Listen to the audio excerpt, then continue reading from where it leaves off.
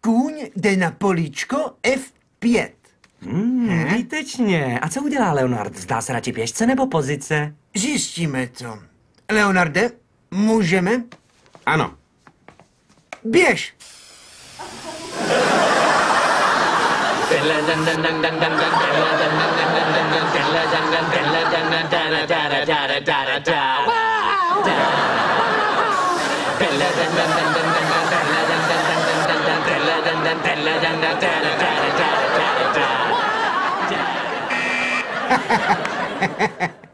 Uklouzl jsem. Smůla, znáš pravidla špionských šachů s laserovou sítí? Leonard zase umřel, Sheldone, pojď! I přes svou hlubokou lásku k šachům, laserům a dezinfekčním sprejům musím odmítnout.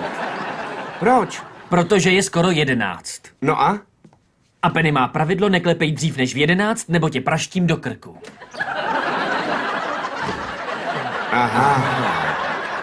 Hele, víte, co by bylo skvělý, kdybychom sem přivedli holky a rozjeli tu svlékací šachy s laserovou sítí? Věř mi, že holku, co by byla ochotná tohle hrát, by s nahou vidět nechtěl. Myslím, že mě podceňuješ.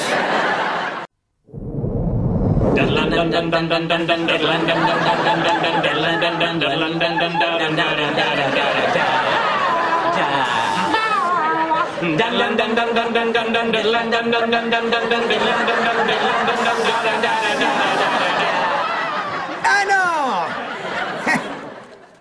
Teda promiňte, kluci, ale špionský oběd s laserovou sítí je fakt blbost.